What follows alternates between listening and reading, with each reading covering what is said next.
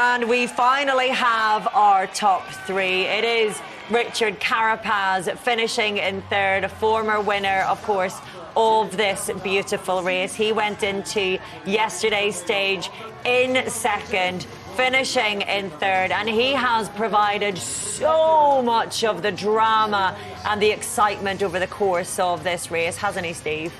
Oh, he's been explosive, amazing to watch. He's illuminated, lit up the race, if you like, and I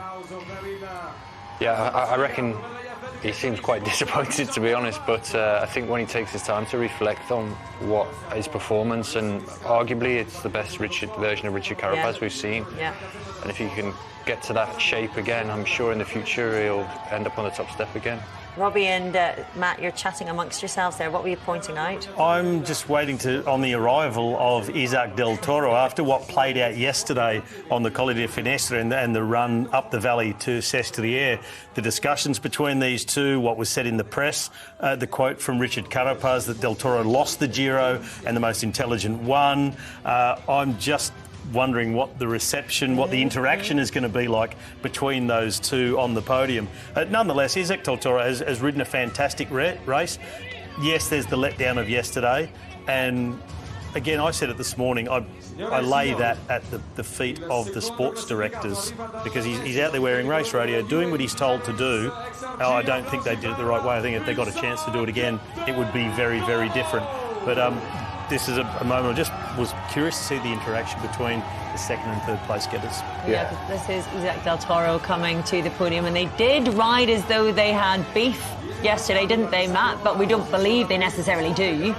Yeah, it was just a standoff. I mean, maybe after some time we'll get to know a little bit more about what went on, but there's definitely some tension there. No handshakes so far that we've seen on camera. Let's wait and see. I'm really conscious we don't want to spoil this moment, but there is definitely some tension there. Yeah. But the bottom line is, Carapaz rode a brilliant race. Such an exciting race. As Steve said, I think he's in arguably the form of his life, arguably better form than when he actually won this race.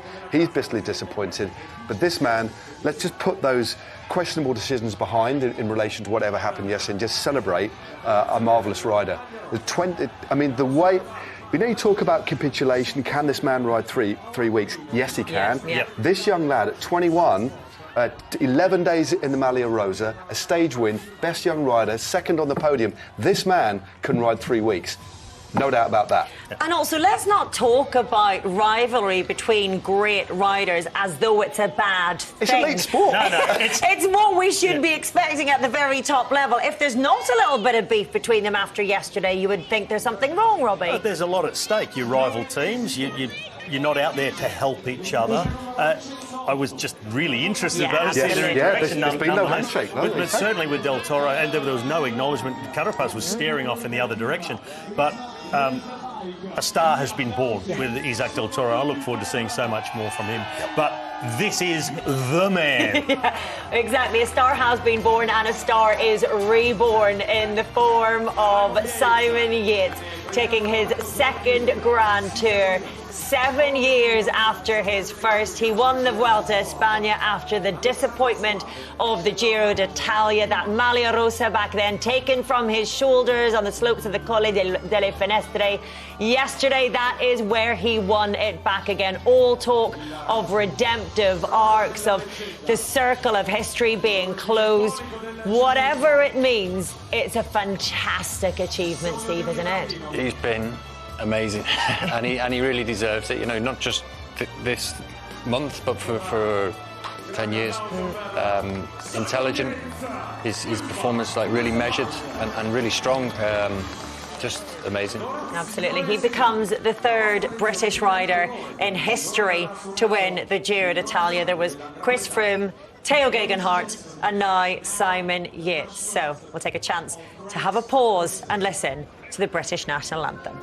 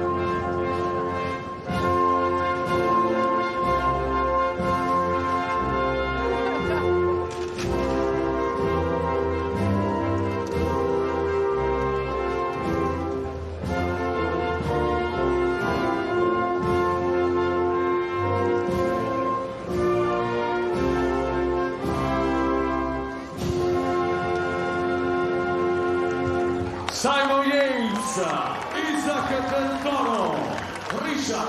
That is a sight to behold, isn't it? Simon Yates on the top step of the podium of the Giro D'Italia. This legend has been 7 years in the writing. He came back here to right the wrongs of 2018. He openly said yesterday he wanted to write a new chapter. As you said, Robbie, he wrote an entirely new book, didn't he? He did. He washed away all the disappointment. And I loved how he acknowledged the climb of the Col de Finestre, the day that he had in 2018. And he was certainly thinking about the question, well, would he even think about that anymore? Absolutely he would. But he approached in the best possible way. And he used it not as something that was going to push him down. He used it as fuel on his fire. And also, whether it was by design or how the race played out, he came into what was his date with destiny in the perfect position, Matt, because yes, he was third, he was in a podium position, but there was no pressure on him to make the difference yesterday. In fact, it was quite the opposite. It was entirely unexpected. Yeah, well, they again, one of the keys was getting well up the road, textbook stuff from them, but it clearly came from within. He said he found an opportunity, he waited, he just was so patient. And when you think about how much experience this lad has got, and how much belief and how much he wanted it from all those months ago, coming back to the Col de Finestre, he bided his time. He wrote a beautiful Giro D'Italia actually, and this backdrop here, there shouldn't just be photographs of the backdrop with the ruins in the background. It should be a Renaissance style painting. Yeah. It's absolutely wonderful. What a fitting backdrop to a quite magnificent story that this man wrote with patience, with diligence, with belief. It's absolutely masterful. It really is.